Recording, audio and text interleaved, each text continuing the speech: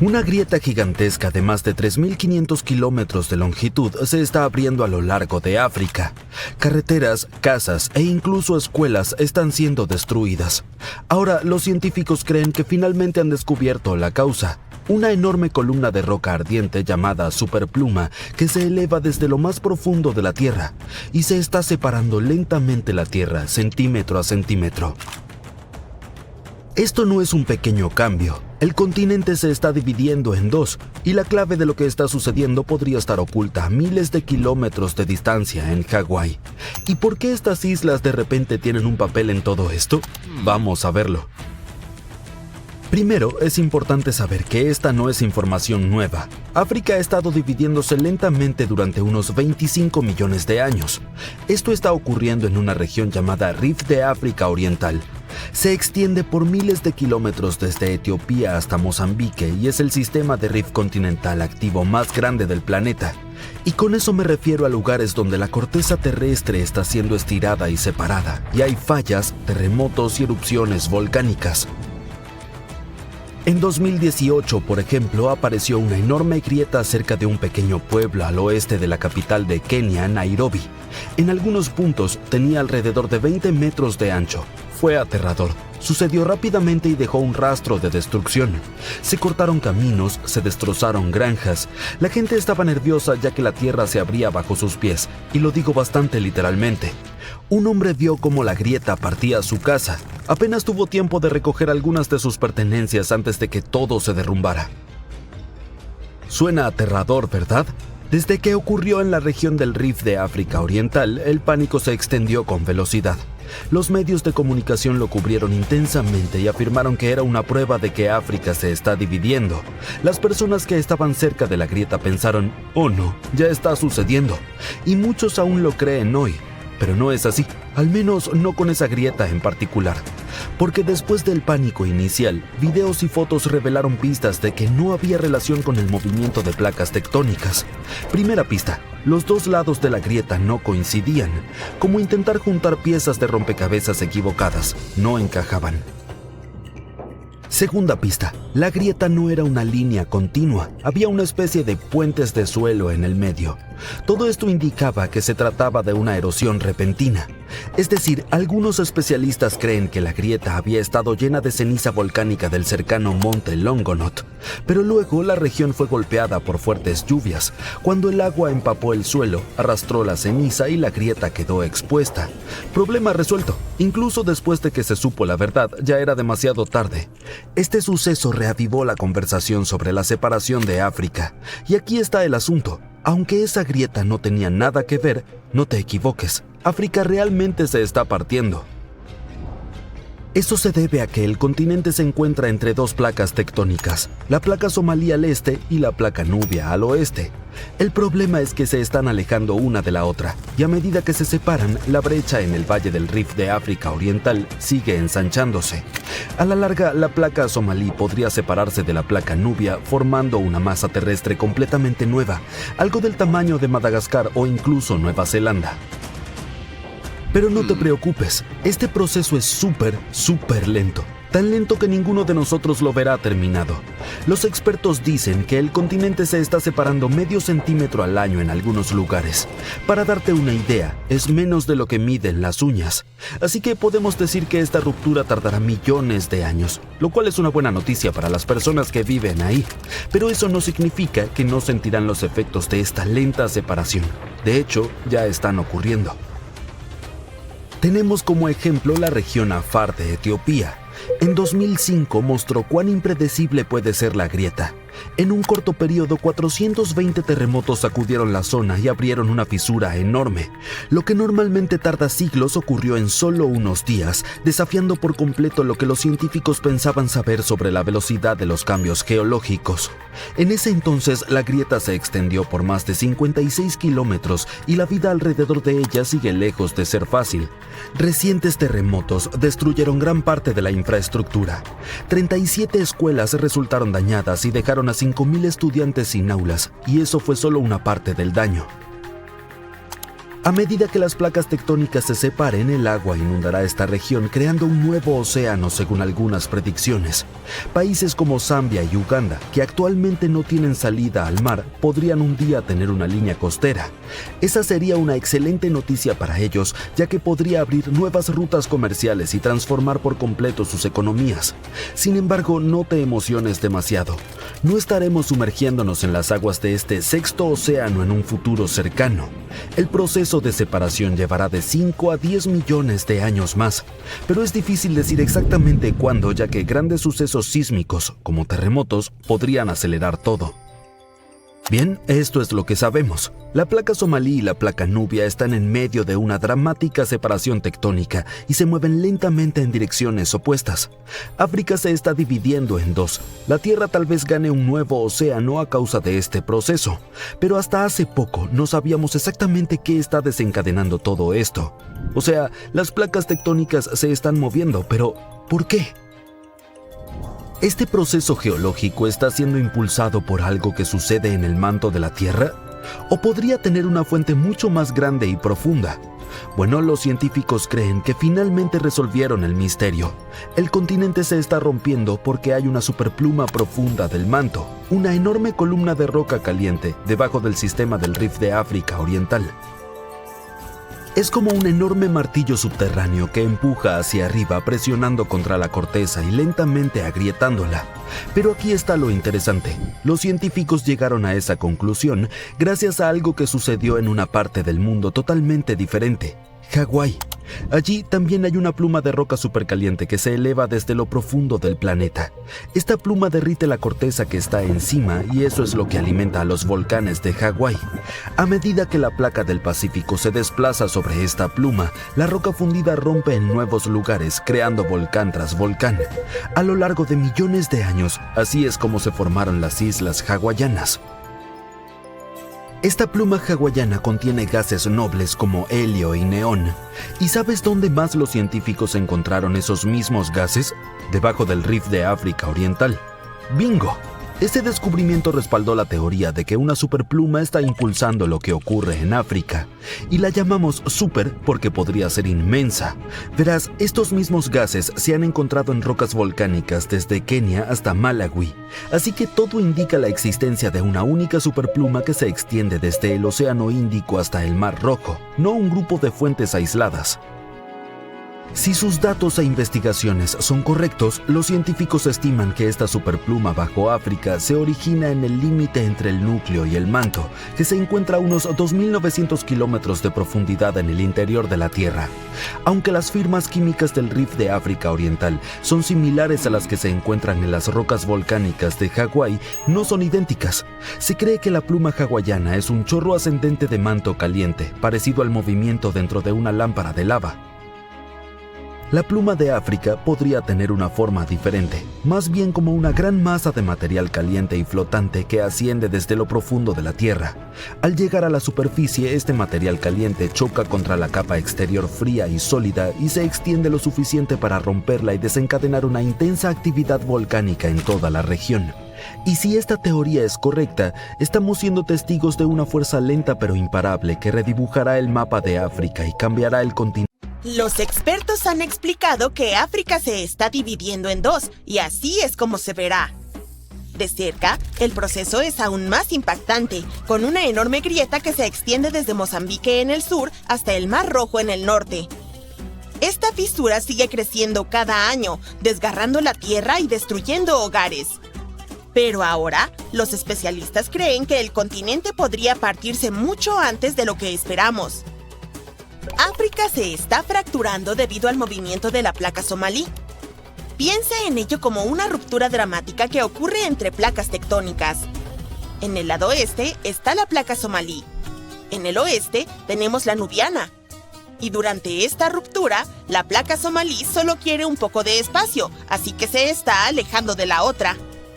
Este movimiento está formando el Valle del Rift de África Oriental, una región donde las placas tectónicas se están separando, el magma sigue ascendiendo desde las profundidades y están naciendo un montón de volcanes activos. Así que este lugar es caliente, con temperaturas diurnas que pueden alcanzar hasta 54 grados Celsius y por la noche bajan a 35 grados Celsius. Dentro de esta zona de calor tenemos el Triángulo de Afar, también conocido como Depresión de Afar. Su geología es fascinante, ya que el proceso de rift está provocando la formación de valles, fallas y grietas profundas en esta región. Toma, por ejemplo, esta enorme fisura de poco más de 56 kilómetros de longitud en el desierto de Etiopía. También es tan ancha que una persona puede caber fácilmente en su interior. Pero lo aterrador es que esta grieta sigue aumentando, creciendo aproximadamente 1,27 centímetros cada año. La separación de las placas Nubia y Somalia también podría dar lugar a la formación de un nuevo océano en África. Pero este tipo de proceso no es algo nuevo.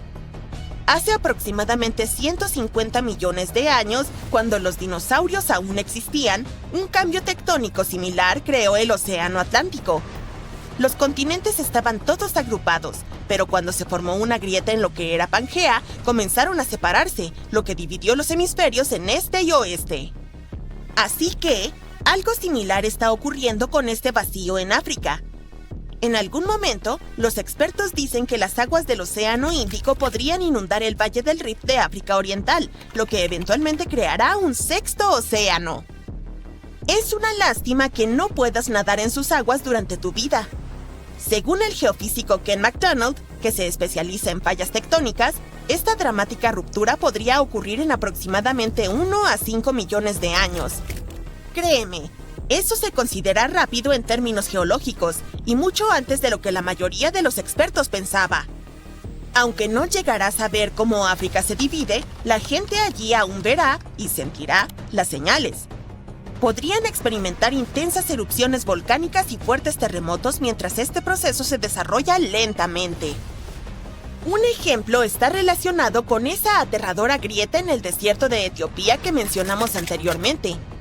La fisura se creó en 2005, después de que la zona fuera impactada por 2 erupciones volcánicas y 163 terremotos, cada uno con una magnitud mayor a 3,9. Una grieta tan profunda y larga en la Tierra generalmente toma siglos en formarse, pero en este caso se desarrolló en tan solo unos días. Así de poderoso es este evento. De hecho, este tipo de actividad sísmica intensa puede acelerar el proceso de división de África. Y por esa razón, es tan difícil predecir un marco de tiempo exacto para este evento. Lo que sabemos es que la gente ya está llamando a esta nueva tierra el continente nubio. Si las predicciones son correctas, incluirá Somalia, Kenia, Tanzania y partes de Etiopía. Eso es emocionante y preocupante al mismo tiempo. A medida que surjan nuevas costas, los países deberán realizar importantes ajustes en cuanto a infraestructura y gestión de tierras. Podrían perder muchas carreteras, casas y otras construcciones ubicadas cerca o directamente en el Valle del Rift de África Oriental. En Kenia, por ejemplo, las fisuras destrozaron una carretera concurrida y las autoridades intentaron desesperadamente llenar la brecha con rocas y cemento. En otro caso, una anciana estaba sentada y comiendo con su familia cuando su casa se partió por la mitad de repente. Recientemente, los terremotos que ocurrieron cerca de la región Afar de Etiopía demolieron 37 escuelas y obligaron a unos 5,000 estudiantes a abandonar sus aulas. Por desgracia, historias como estas podrían volverse más comunes en los próximos años. Pero también hay un lado positivo en todo esto. Los países ubicados en el centro de África, como Zambia y Uganda, podrían ganar costas. Y eso podría ser maravilloso para ellos. Tener una costa significaría acceso a nuevas rutas comerciales, lo que abriría nuevas oportunidades económicas. Además, considera el auge del turismo. Con todas esas playas paradisíacas recién formadas, estos países podrían convertirse en el próximo gran destino para los viajeros. El ecosistema local en este nuevo océano también cambiará y podrían surgir nuevas especies marinas. Entonces, veamos. Este es el camino donde la grieta está más avanzada en este momento. Quiero decir, esperamos que aquí sea donde África eventualmente se separe. Pero las cosas podrían volverse un poco más complicadas. Hace algún tiempo, Michael Daly, un geólogo de la Universidad de Oxford, sugirió que esta grieta podría extenderse más al oeste. Y algunas nuevas evidencias apoyan su teoría, puesto que señalan que la fisura podría extenderse al sur a través del corazón de Botsuana hacia Sudáfrica y al oeste a través de Namibia hasta el Océano Atlántico. Si estas fracturas se ensanchan hasta convertirse en grietas profundas, el océano podría entrar y llenar los huecos. Expertos dicen que África podría dividirse tanto que se convierta en un archipiélago. Sin embargo, no veremos eso suceder. Tomará decenas de millones de años que esto ocurra. Ya sabemos que África corre el riesgo de dividirse en un conjunto de enormes islas, o pequeños continentes. Las noticias tampoco son buenas para Madagascar, ya que la cuarta isla más grande del mundo podría terminar dividida a la mitad. Pero, ¿puede ocurrir el proceso opuesto? Es decir, ¿puede aparecer nueva tierra mientras las placas Nubia y Somalí se separan? Bueno, a medida que estas placas tectónicas se separan, el magma del manto terrestre podría elevarse a la superficie. Y cuando se enfría, se solidifica y forma nueva tierra. Así es como surgieron otros lugares en el mundo, como Islandia y las Azores. Así que sí, el mismo proceso podría ocurrir en el Rift de África Oriental, y a largo plazo es posible que este cree nuevas islas. Por ahora, todo lo que podemos decir es que la geología de la depresión de Afar es única. Es el sistema de Rift más activo en nuestro planeta. Y cuando digo sistema de Rift, me refiero a una zona donde las placas tectónicas se están separando. Esta región reúne todo tipo de eventos, desde fallas en la corteza terrestre hasta zonas volcánicas, hasta la posible formación de un sexto océano. Para los expertos, es como estudiar de cerca la evolución de los rifts. Y dado que es una zona volcánica tan activa, también tiene un enorme potencial para aprovechar la energía geotérmica, es decir, utilizar el calor del interior de la Tierra para generar electricidad. 2 plantas de energía geotérmica ya están produciendo energía en Etiopía. Una en el Valle del Rift etíope y la otra en Afar. Ahora, los geólogos están explorando nuevos lugares potenciales. Cuando observamos esa honda grieta en el suelo, sabemos que está causada por el movimiento de las placas tectónicas. Allí no hay misterio. Los océanos cubren alrededor del 70% de la superficie terrestre y solo hemos explorado entre el 5 y el 20% de ellos. Y ahora, los astrónomos han encontrado más agua. Un enorme depósito que flota en el espacio, cerca de un cuásar que está a más de 12,000 millones de años luz de distancia. Y no estamos hablando de un simple charco. Es una cantidad asombrosa de agua, aproximadamente 140 billones de veces más que toda el agua combinada de los océanos de la Tierra. Está en torno a un agujero negro supermasivo, que es 20,000 millones de veces más grande que nuestro Sol. Este agujero negro está rodeado por un cuásar superbrillante. Emite tanta energía como la que obtendrías si reunieras 1,000 billones de soles. No puedo contar hasta tan alto. Por cierto, dado que la luz tarda en llegar hasta nosotros, estamos viendo este cuásar tal como era cuando el universo aún era joven. Los astrónomos están seguros de que el recién descubierto reservorio de agua es el más lejano y grande que hemos encontrado en el espacio. Matt Bradford, del Laboratorio de Propulsión a Chorro de la NASA, explica que el entorno de este cuásar es tan único que es capaz de crear una cantidad increíble de agua. El equipo de Bradford, junto con otro grupo de astrónomos, ha estado estudiando el cuásar y el agujero negro supermasivo en su centro durante bastante tiempo. Han notado que a medida que el agujero negro atrae la materia circundante, calienta el gas y el polvo cercano.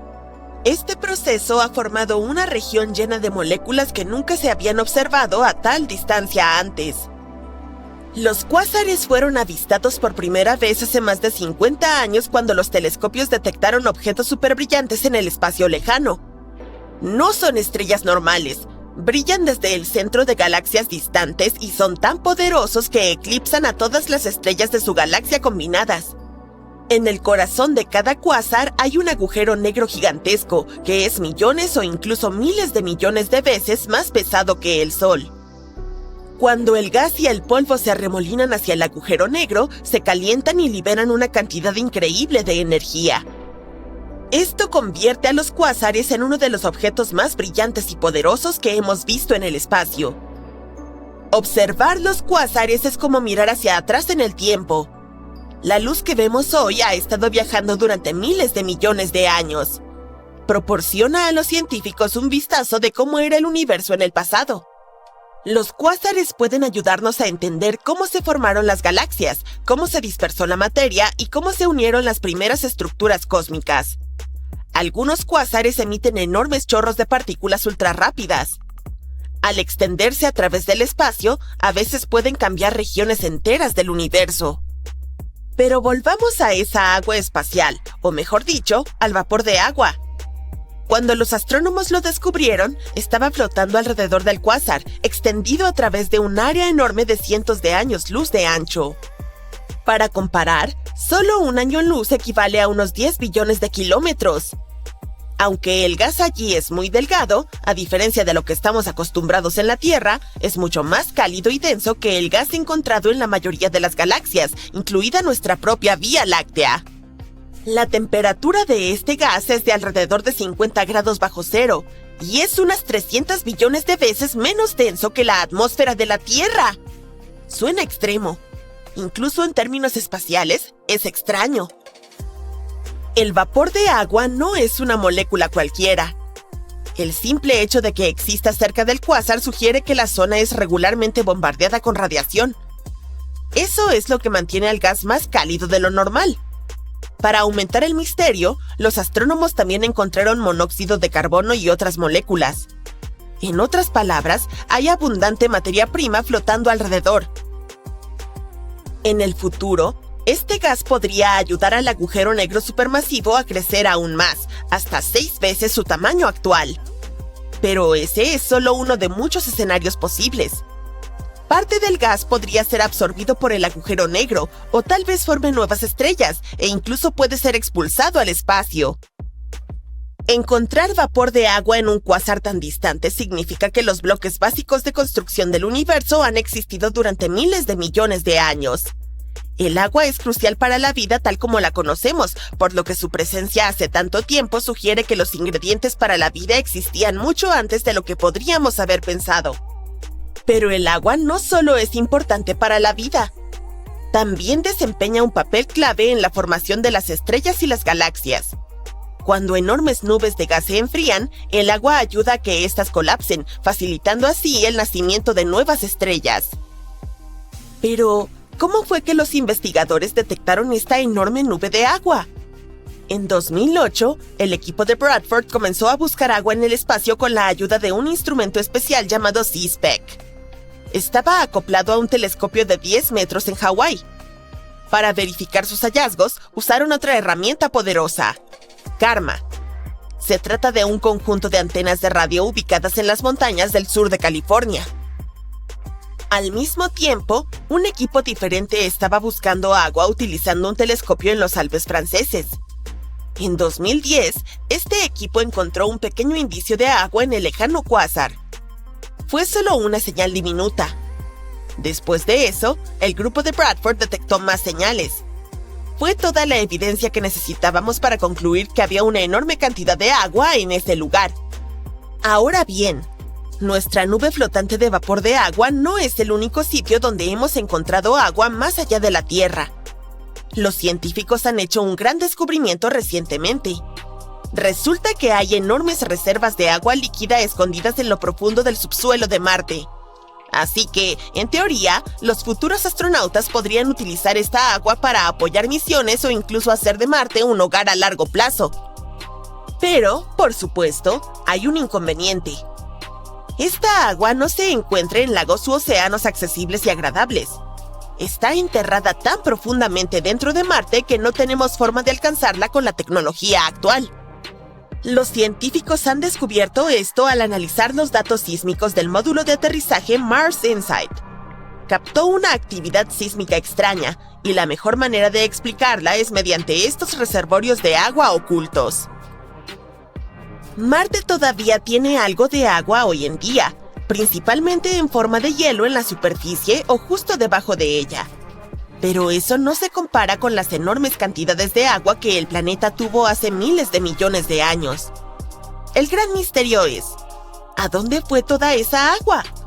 Los científicos creen que podría haber escapado al espacio o haberse desplazado hacia el interior del planeta, donde estaría atrapada como reservorios de líquido o depósitos de hielo. ¿El problema? No tenemos forma de medir cuánta agua perdió Marte, por lo que, por ahora, esa pregunta sigue sin respuesta. La luna de la Tierra también tiene agua, pero no de la forma que podrías imaginar. En lugar de lagos o ríos, el agua de la luna es mayormente hielo congelado, distribuido de manera irregular a lo largo de su superficie. Los polos fríos y sombreados están especialmente llenos de este hielo ya que nunca reciben luz solar.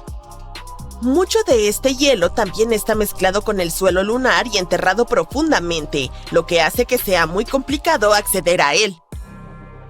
Luego está Encélado, una de las lunas de Saturno. Es diminuta, tiene solo 505 kilómetros de diámetro, tan pequeña como para caber dentro de Arizona. Creo que deberíamos intentarlo. Cuando la sonda espacial Cassini de la NASA llegó a Saturno, los científicos esperaban que Encélado fuera un mundo estéril y helado. Pero en su lugar, vieron enormes penachos de partículas heladas y vapor de agua que brotaban de géiseres cerca del Polo Sur.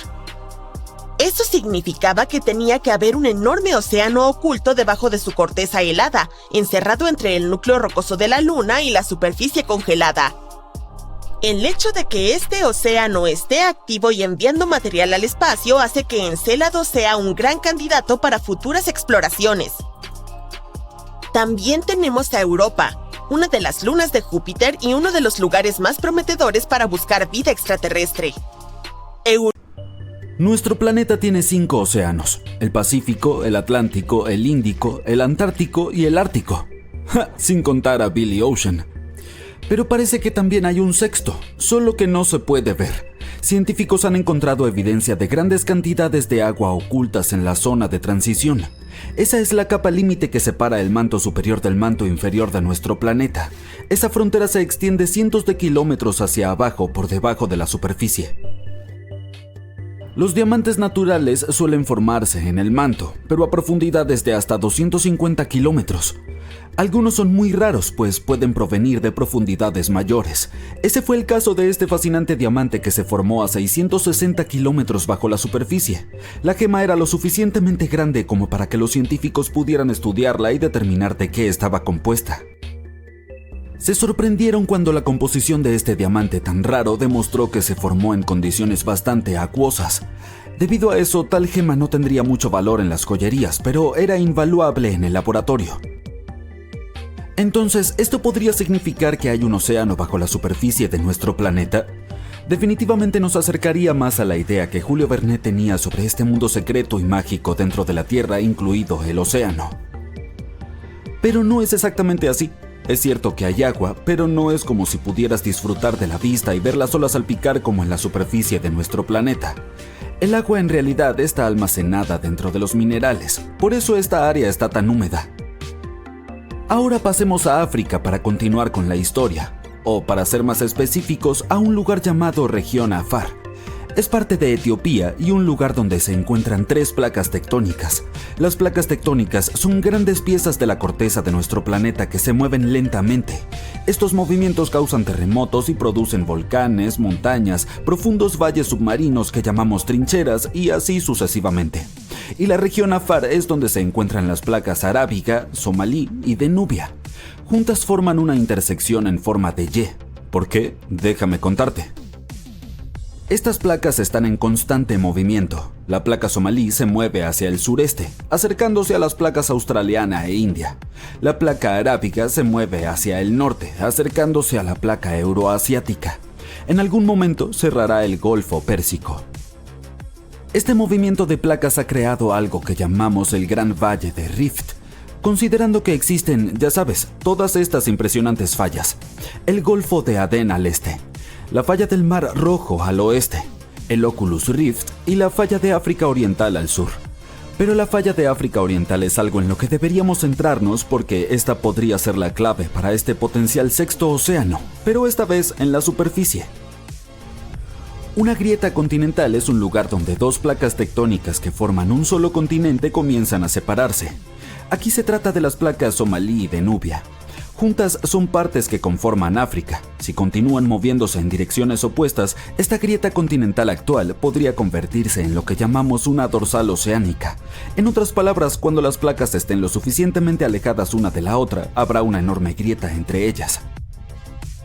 De esta manera el magma fluirá libremente desde debajo de ellos, se enfriará y eventualmente comenzará a crear un nuevo fondo oceánico. África se dividirá en dos partes y habrá un nuevo océano fluyendo entre lo que se transformará en dos minicontinentes. Pero no, todavía no es momento de sacar los trajes de baño y el protector solar. Incluso si las placas somalí y arábiga se movieran lo suficiente como para formar una dorsal oceánica de expansión, pasarán millones de años antes de que esto ocurra. Así que supongo que por ahora es más interesante seguir explorando este sexto océano debajo de la superficie terrestre. La idea de los océanos subterráneos trasciende los límites de nuestro planeta. Es posible que muchas lunas y planetas allá afuera también los tengan. Aunque es cierto que nuestro mundo es el único del que tenemos conocimiento con cuerpos constantes de agua líquida en la superficie. En nuestro sistema solar orbitamos alrededor del Sol en algo llamado la zona habitable. La temperatura y la presión atmosférica dentro de esta región permiten que el agua permanezca en forma líquida todo el tiempo. Sin embargo, un par de lunas en nuestro sistema solar también podrían contener cantidades significativas de agua bajo su superficie. Encélado, una de las lunas de Saturno, es la primera de ellas. Encélado es una pequeña esfera congelada 7 veces más pequeña en diámetro que nuestra luna, pero es la sexta luna más grande de Saturno. Hace casi una década, en 2014, una nave espacial encontró evidencia de un gran océano bajo su superficie. Detectó y analizó agua procedente de las erupciones que se parecían a géiseres. Un géiser es un tipo raro de fuente termal que irrumpe y envía chorros de vapor y agua al aire, como el viejo fiel en Yellowstone. Esta agua estaba brotando a través de fisuras en el hielo en el polo sur de la Luna. Eso significa que podría haber un océano líquido bajo las gruesas capas de hielo. El océano allí es casi incomparable con el nuestro. El océano en la Tierra es relativamente poco profundo, con un promedio de 3,5 kilómetros de profundidad, y cubre 3/4 partes de la superficie de nuestro planeta. Se vuelve más frío a medida que te acercas al fondo marino y es más cálido si te mantienes cerca de la superficie debido a los rayos del sol. Pero el océano subsuperficial en Encélado tiene al menos 30 kilómetros de profundidad. Está más frío en la parte superior, porque esa parte está cerca de la capa de hielo, y es más cálido en el fondo debido al calor que proviene del núcleo del satélite. Pero tanto nuestro océano como el de Encélado son salados. Encélado es uno de los pocos lugares en nuestro sistema solar que posee agua líquida, lo que lo convierte en un punto interesante para buscar señales de vida. Otro es Europa, una de las lunas de Júpiter. Los científicos piensan que podrían estar ocurriendo erupciones similares de agua allí. Saber que hay tales géiseres nos indica que estos satélites tienen su propia fuente de energía. Tal vez la energía que hace que el agua erupcione proviene de la gravedad o la radiación. La misma energía podría mantener un gran cuerpo de agua líquida bajo el hielo. Incluso podría sostener algunas formas de vida. Existen miles de planetas más allá de nuestro sistema solar que orbitan otras estrellas. Algunos incluso están en la zona habitable. Más de un cuarto de los que conocemos podrían tener agua líquida. Sin embargo, la mayoría de ellos probablemente tienen océanos bajo su superficie, como Encélado y Europa. Plutón también podría estar en esta lista, ya que es posible que oculte un océano líquido bajo su gruesa capa congelada.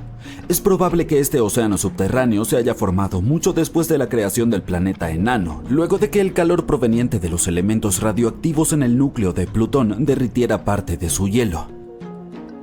También existe algo llamado mundos acuáticos. Estos son lunas o planetas con océanos globales que son más comunes de lo que pensábamos. Quiero decir, algunos también consideran a la Tierra como un mundo acuático. Después de todo, el 71% de su superficie es agua. Y cuando se observa nuestro mundo desde el espacio, principalmente se obtienen imágenes de un planeta azul. Al explorar otros planetas, en especial aquellos fuera de nuestro sistema solar, los investigadores suelen adoptar la política de seguir el agua. Después de todo, el agua es el principal elemento que conocemos que es necesario para sostener la vida.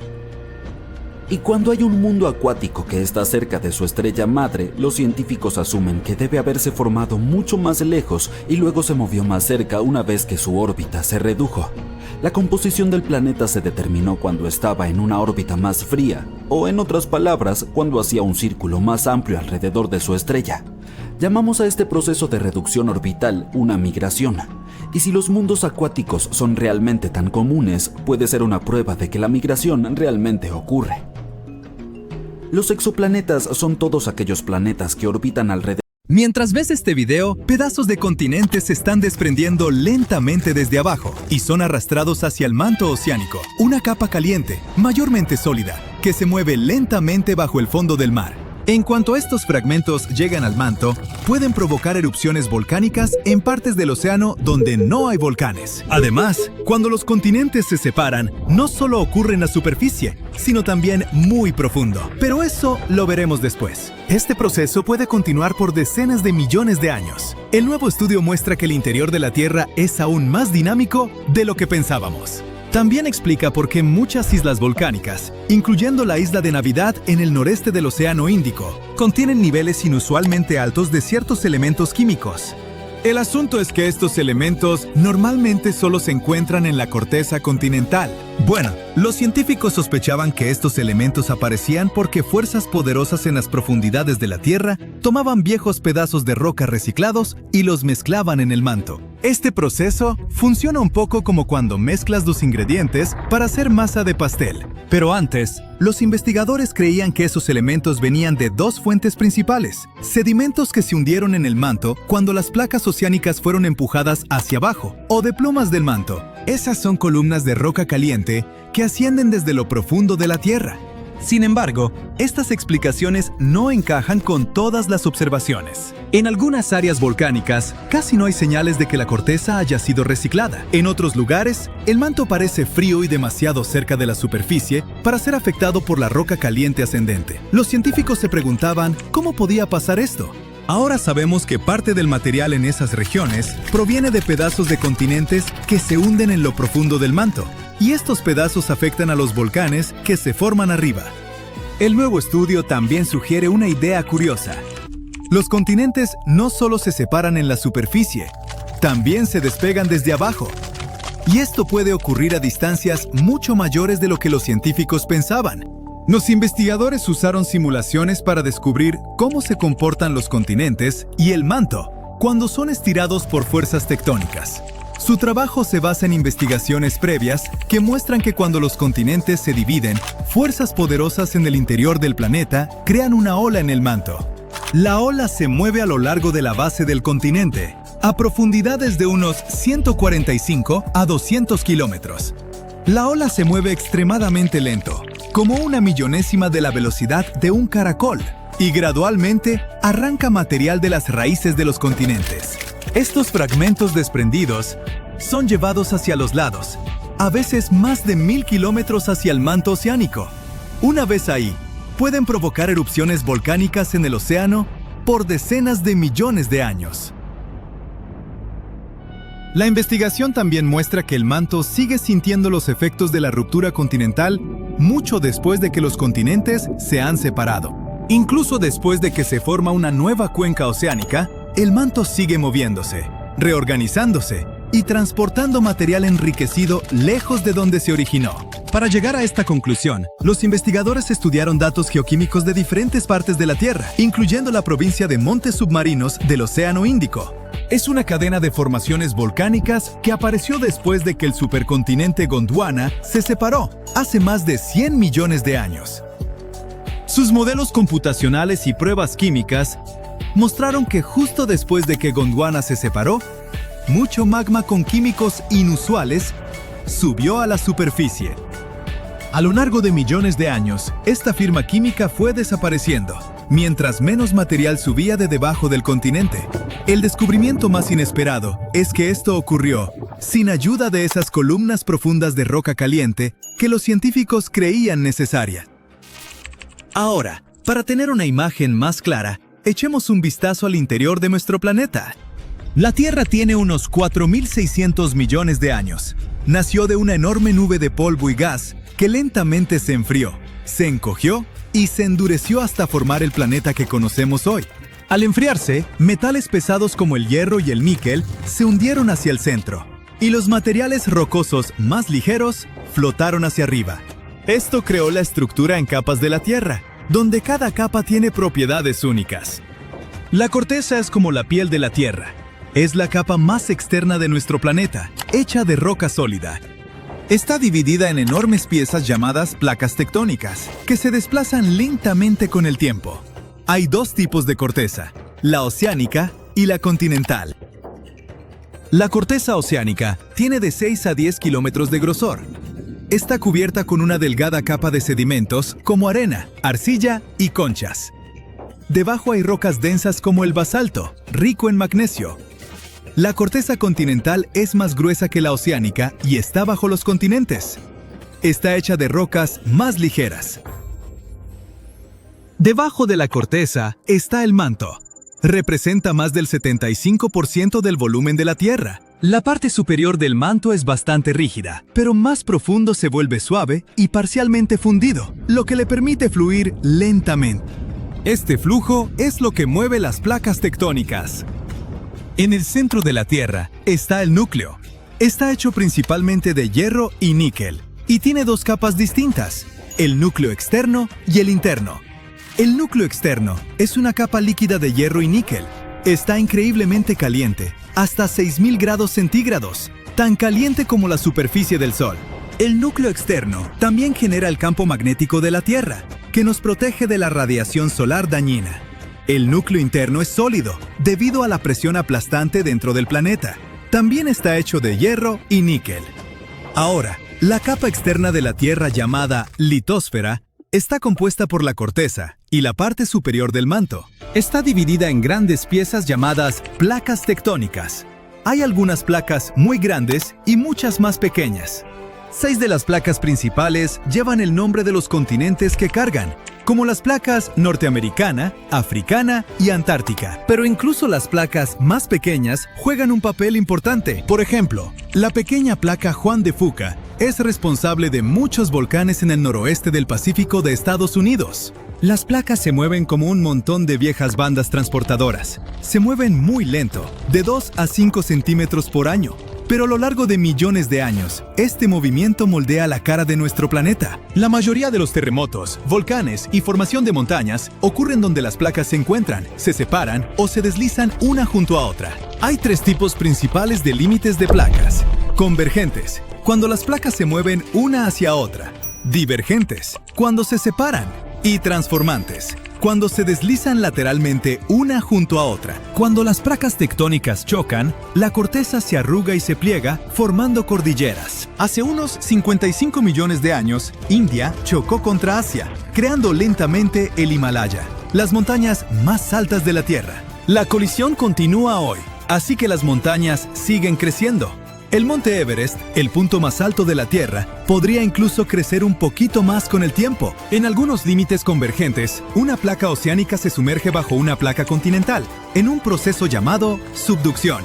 La Tierra de arriba se eleva, formando montañas, y la placa que se hunde se derrite y provoca erupciones volcánicas. Así es como se formaron algunas montañas en los Andes de Sudamérica. Cuando dos placas oceánicas chocan, una usualmente se desliza debajo de la otra, creando fosas oceánicas profundas como la fosa de las Marianas en el Pacífico Norte, el punto más profundo de la Tierra. Estas colisiones también pueden formar volcanes submarinos, que eventualmente emergen del océano y se convierten en cadenas de islas, como Japón.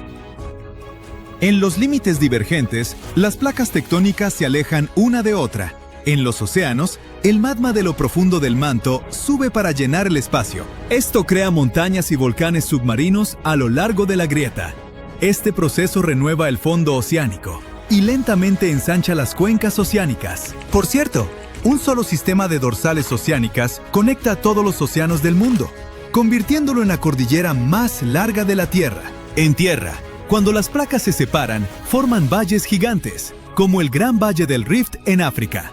Si este estiramiento continúa por millones de años, el este de África podría separarse y convertirse en una nueva masa terrestre. Un famoso ejemplo de límites transformantes es la falla de San Andrés en California. A diferencia de los límites convergentes o divergentes, los límites transformantes usualmente no crean montañas ni océanos, pero el movimiento de fricción puede causar terremotos poderosos, como el terremoto de 1906, que destruyó gran parte de San Francisco.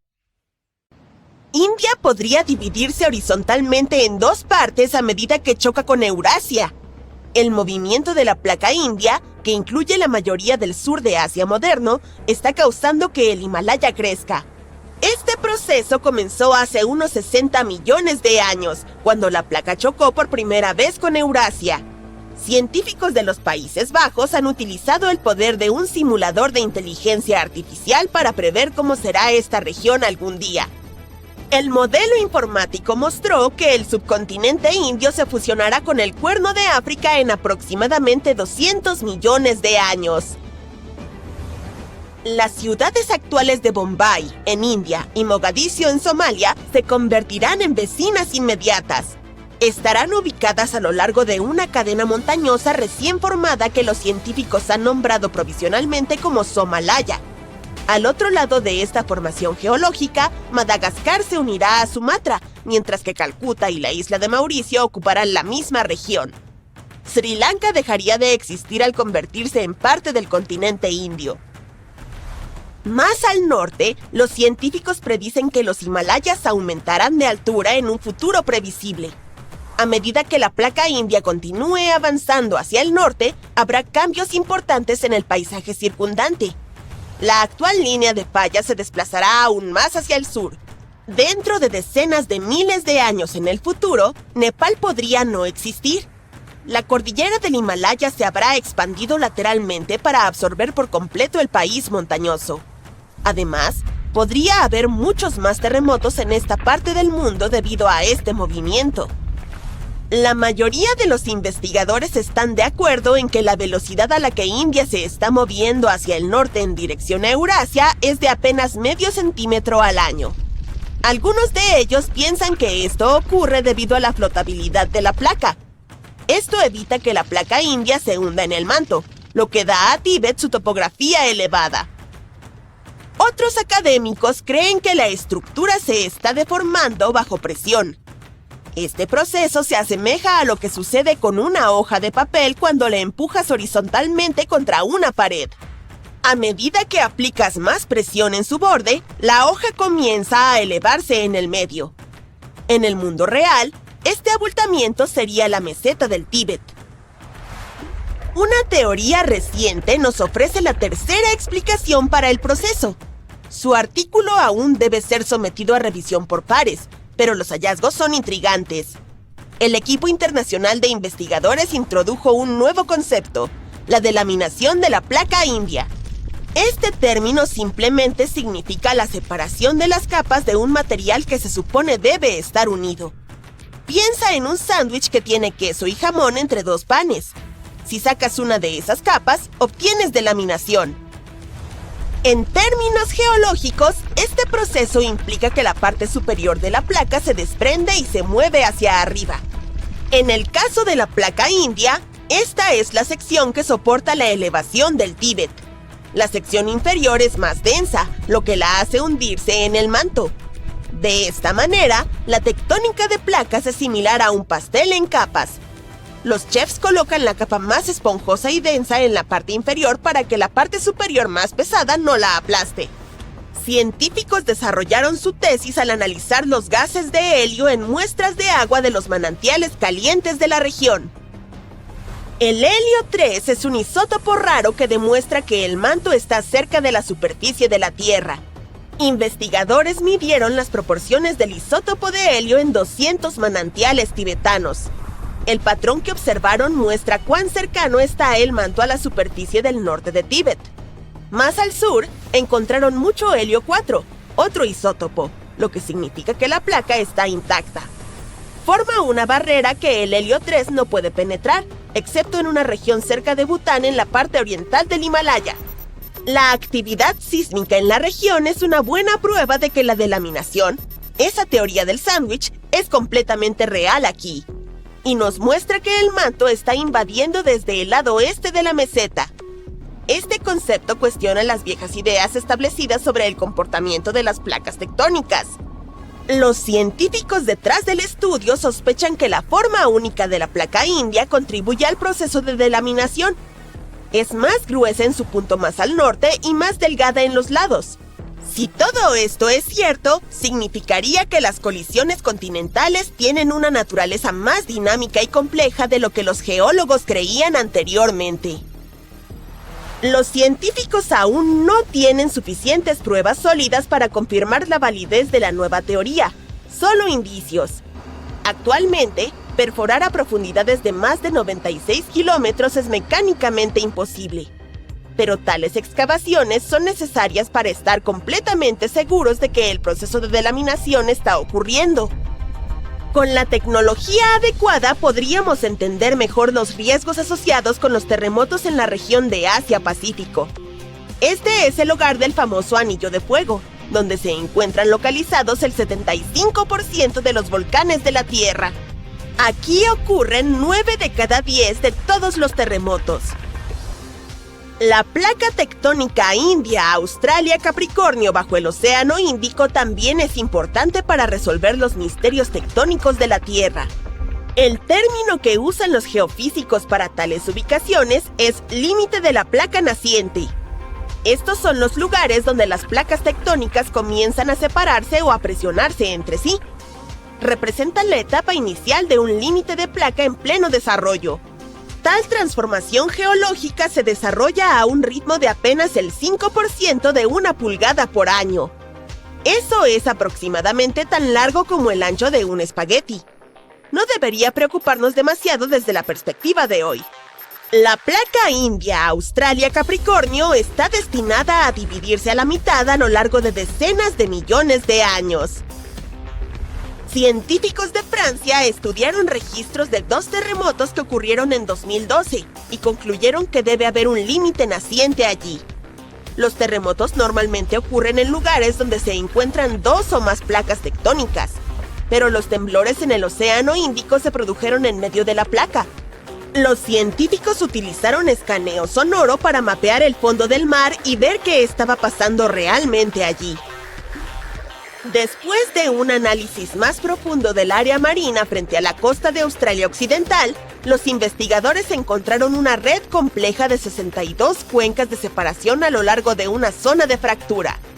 Los datos científicos respaldaron la idea de que la placa tectónica se está separando lentamente, pero con seguridad. Es una prueba más de que la capa exterior de nuestro planeta es dinámica, no estática. En algunos casos, no necesitas ser un científico para notar estas poderosas fuerzas subterráneas. Enormes grietas aparecieron casi de la noche a la mañana debido a fuertes lluvias en una región rural de Kenia con alta actividad sísmica. Primero, en 2018, y luego, nuevamente en 2023. La población local nombró a la más grande de ellas el Gran Keniano. Estos eventos no fueron incidentes aislados, sino señales del sistema del Rift de África Oriental, parte del Gran Valle del Rift. Este enorme fenómeno geológico, que se extiende desde Jordania hasta Mozambique, nos muestra la división gradual del continente africano en 2 subcontinentes. Puedes encontrar valles de rift en todo el mundo como prueba de cómo los movimientos de las placas tectónicas están cambiando el planeta. El Rift de África Oriental muestra la dinámica subyacente de las placas Nubia y Somalí. La de Nubia sostiene la mayor parte de África, y la placa Somalí más pequeña acuna el cuerno de África. Las dos están alejándose gradualmente una de la otra, lo que provoca la formación de grietas dentro del Valle del Rift. Desliza tu dedo por la parte más baja del continente africano, así. Parece una tarea sencilla, ¿verdad?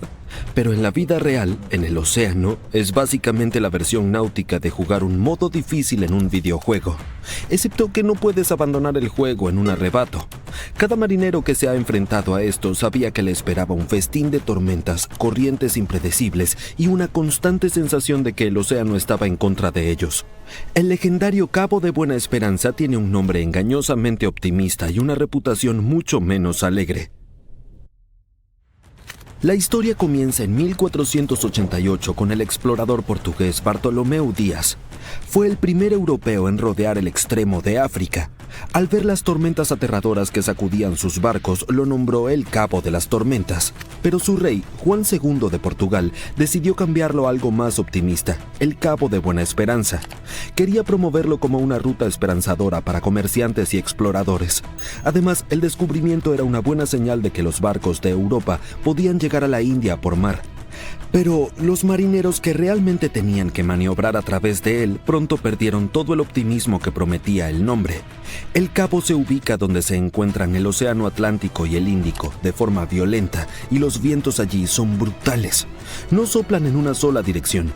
Cambian como el peor ajuste de ventilador del mundo. En el invierno del hemisferio sur, los frentes fríos del Atlántico arremeten con tormentas violentas. Agrégale algo de lluvia, niebla, olas enormes o todo lo anterior.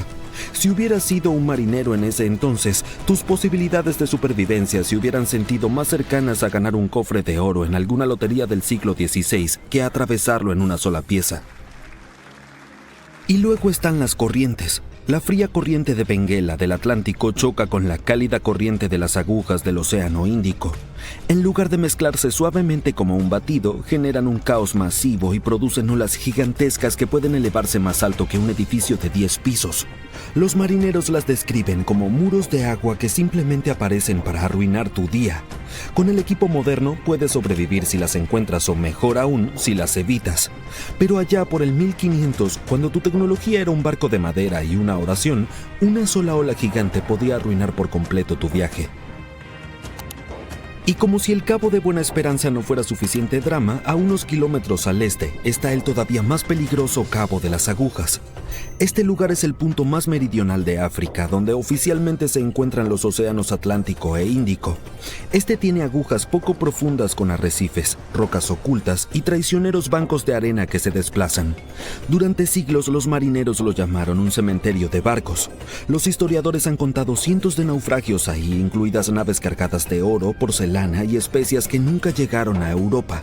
Los restos de los barcos aún yacen bajo esas olas, como una enorme señal de advertencia que dice, ni lo intentes. Si abrimos la perspectiva para mostrar la historia más amplia, las estadísticas son brutales. Entre los siglos XV y XVIII, durante la era de la navegación, tantos barcos se hundieron en la zona que los comerciantes europeos trataban el cabo como un aterrador juego de azar. Podías hacer una fortuna al llevar seda, especias y joyas de Asia, o podías desaparecer en el océano. Por eso los marineros transmitían historias de terror como cuentos alrededor de una fogata, barcos fantasma que rodeaban el cabo, aguas malditas. Y también estaba la famosa leyenda del holandés errante, condenado a navegar alrededor del cabo eternamente.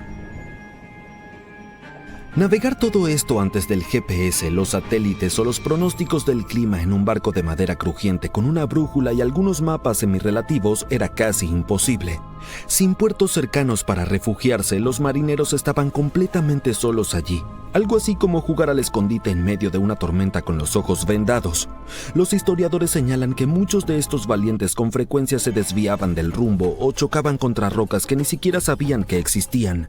Así que, eventualmente, alguien tuvo una mejor idea. Vamos a cavar un atajo. En 1869 se abrió el Canal de Suez en Egipto, el cual conectaba el Mediterráneo con el Mar Rojo. Los barcos que viajaban entre Europa y Asia ya no tenían que jugar a la lotería tormentosa del Cabo. Usar el canal redujo el viaje desde el mar Arábigo a Londres en unos 8.850 kilómetros. Hoy en día el canal maneja entre 12 y el 15% del comercio mundial. Eso significa que millones de contenedores, petroleros y barcos de carga toman el atajo seguro en lugar de arriesgarse en el denominado Cabo de las Tormentas. Hay otra zona de peligro menos famosa también. El Cabo Corrientes en Mozambique. Los marineros portugueses le temían en el siglo XVI y lo llamaban un monstruo devorador de barcos. Su nombre hace referencia a que el agua allí corre con una fuerza descomunal, lo suficientemente fuerte como para desviar barcos de su curso y arrojarlos a la costa. Los historiadores estiman que hasta el 30% de los barcos portugueses que navegaban por la ruta de la India se perdieron en la zona. Así que incluso antes de llegar al Cabo de Buena Esperanza ya podían estar hundiéndose. Y no olvidemos la economía. Navegar alrededor de África no solo era arriesgado, también era costoso. Más días en el mar significaban más comida, más agua y más tripulación agotada. Perder barcos en tormentas costaba millones de dólares en el dinero de hoy. Las compañías de seguro temían cubrir viajes alrededor del cabo porque las probabilidades de tener que pagar un reclamo eran pésimas.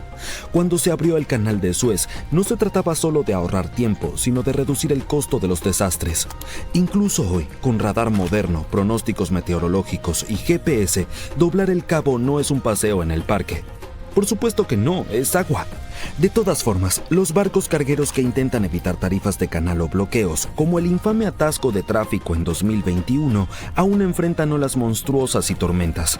La tecnología puede predecir el clima, pero no puede evitar que el océano haga un berrinche. Cada capitán que dobla el cabo hoy en día aún sabe que está pasando por una de las zonas marítimas más peligrosas del mundo. Otra zona que la mayoría de los capitanes de barcos prefieren evitar es la de los rugientes 40 y los 50 aulladores en el océano austral. Eso está entre los 40 y 50 grados de latitud sur. A diferencia del hemisferio norte, donde los continentes interrumpen el flujo, aquí abajo no hay más que océano. Es una autopista interminable para tormentas sin límites de velocidad. Los marineros dieron a esta zona su dramático apodo porque cuando estás en la zona, el viento no susurra, grita. Los científicos han confirmado que estos vientos rugientes pueden alcanzar velocidades de hasta 200 kilómetros por hora. Y los vientos que gritan significan mares que gritan. Las olas en los rugientes 40 pueden alcanzar alturas que hacen que los rascacielos se sientan celosos, estrellándose contra los cascos de los barcos con la fuerza de un ariete. Históricamente, los barcos Clipper se aventuraban en estas aguas para ahorrar tiempo en sus viajes entre Europa y Asia, pero lo pagaban caro con velas rasgadas, mástiles rotos e incluso a veces tripulaciones enteras tragadas por el mar. Incluso hoy, las embarcaciones modernas evitan los 40 a menos que no tengan otra opción. Hay caminos más seguros, rutas que pueden ser más largas pero no son tan arriesgadas.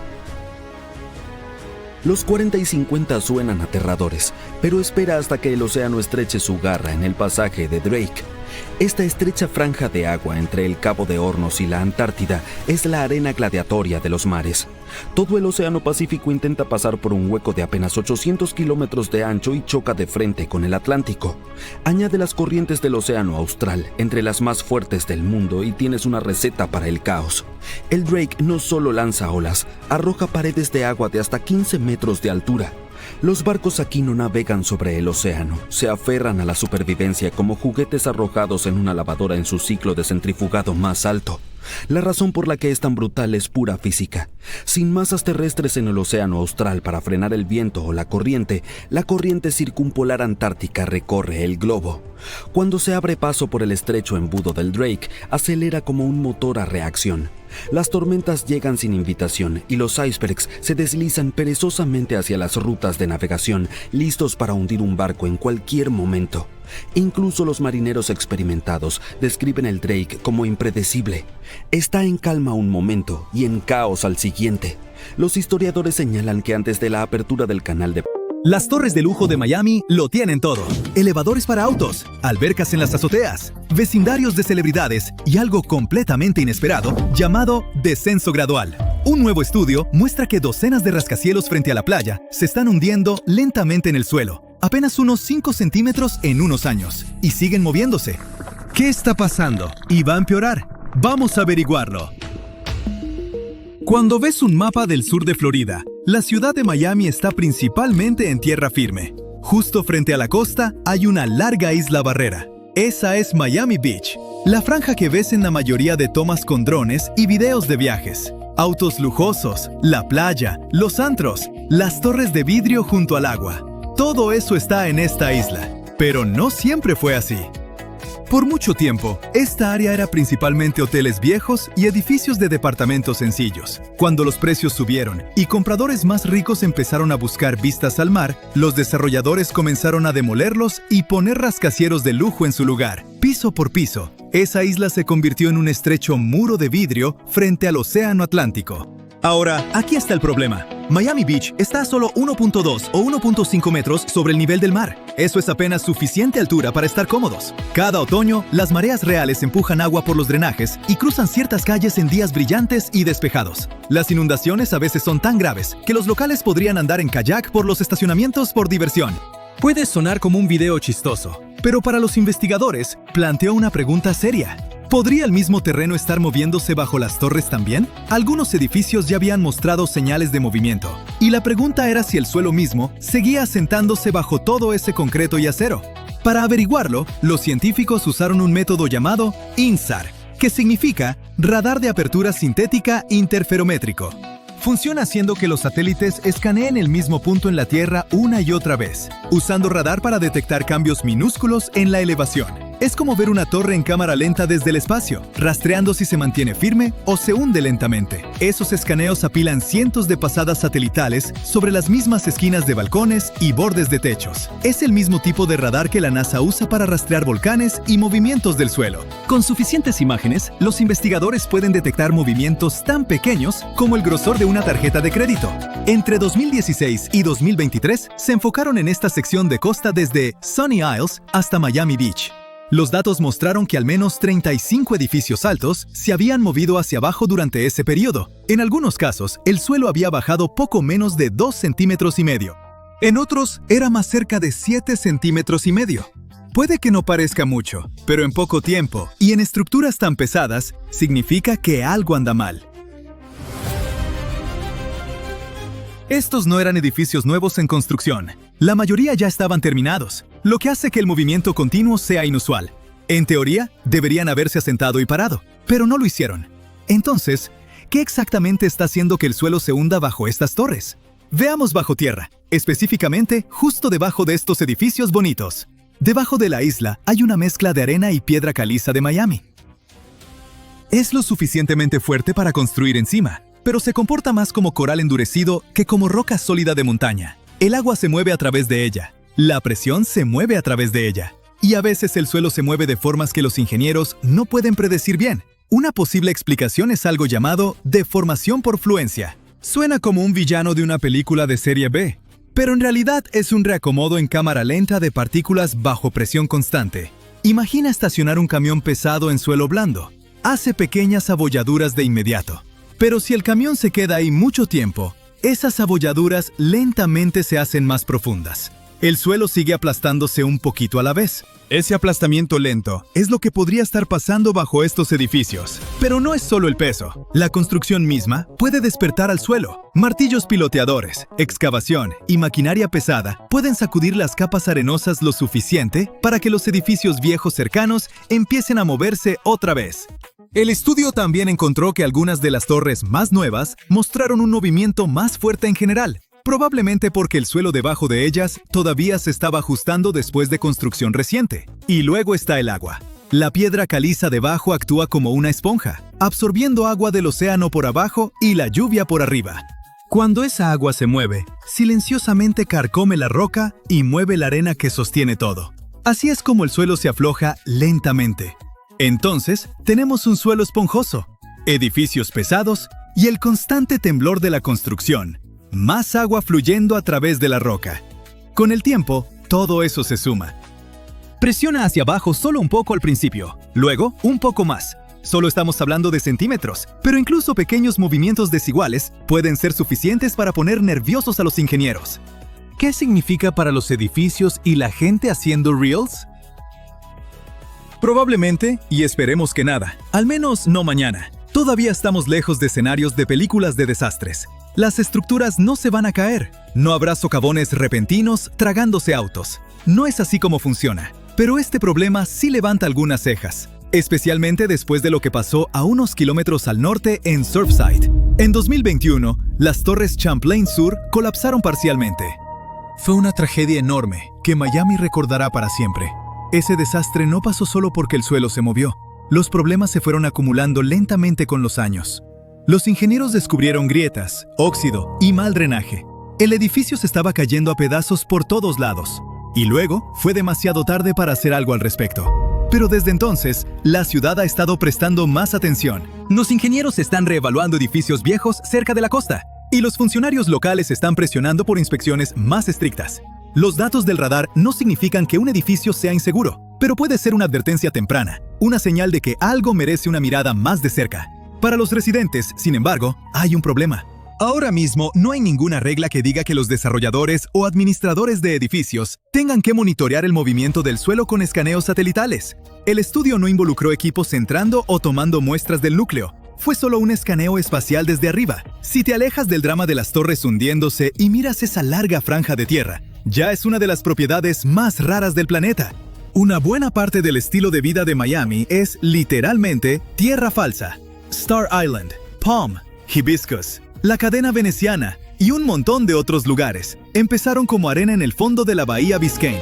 La bahía fue dragada en los años 20. La arena se apiló en islas y los desarrolladores convirtieron esas pilas en vecindarios de celebridades, donde las casas ahora cuestan decenas de millones de dólares. Algunas de las personas más ricas de la Tierra tratan esta área como su tablero de juego privado. Fisher Island, justo al lado de South Beach, actualmente tiene el código postal más caro de Estados Unidos, con un precio medio de listado en el rango de 8 cifras. Un poco más arriba está Indian Creek, conocido como el búnker de los multimillonarios. Tiene solo 41 casas, su propia fuerza policial y vecinos como Jeff Bezos y Tom Brady. Un lote vacío de 0.7 hectáreas, ahí fue listado recientemente por alrededor de 200 millones de dólares, solo por la tierra y la vista. Y todo esto flota a lo largo del borde de la bahía Biscayne, junto a un parque nacional real lleno de hermosas criaturas marinas, como delfines, manatíes y tortugas marinas. Más de 100 delfines nariz de botella viven en y alrededor de la bahía todo el año, corriendo junto a muelles y condominios altos, como si fueran extras en la película de alguien más. Entonces, ¿qué pasa después? Los ingenieros siguen escaneando, los inspectores siguen revisando, y todos en línea siguen publicando tomas con drones, como si nada raro estuviera pasando bajo sus pies. Eso es Miami, una mezcla extraña de glamour y física que nunca se comporta del todo. No es una crisis, es una rutina de mantenimiento. Mientras las personas a cargo presten atención a señales más silenciosas, como caídas lentas en la elevación o pequeños cambios estructurales, el horizonte debería mantenerse. Tal vez se asiente un poco, tal vez se estire y cruja. Ahora que los ingenieros y científicos están conscientes de este problema, pueden prepararse y proponer soluciones. Hasta entonces, las torres seguirán en pie y la bahía seguirá brillando. Toda la ciudad seguirá flotando a su propio estilo, solo ligeramente hacia abajo.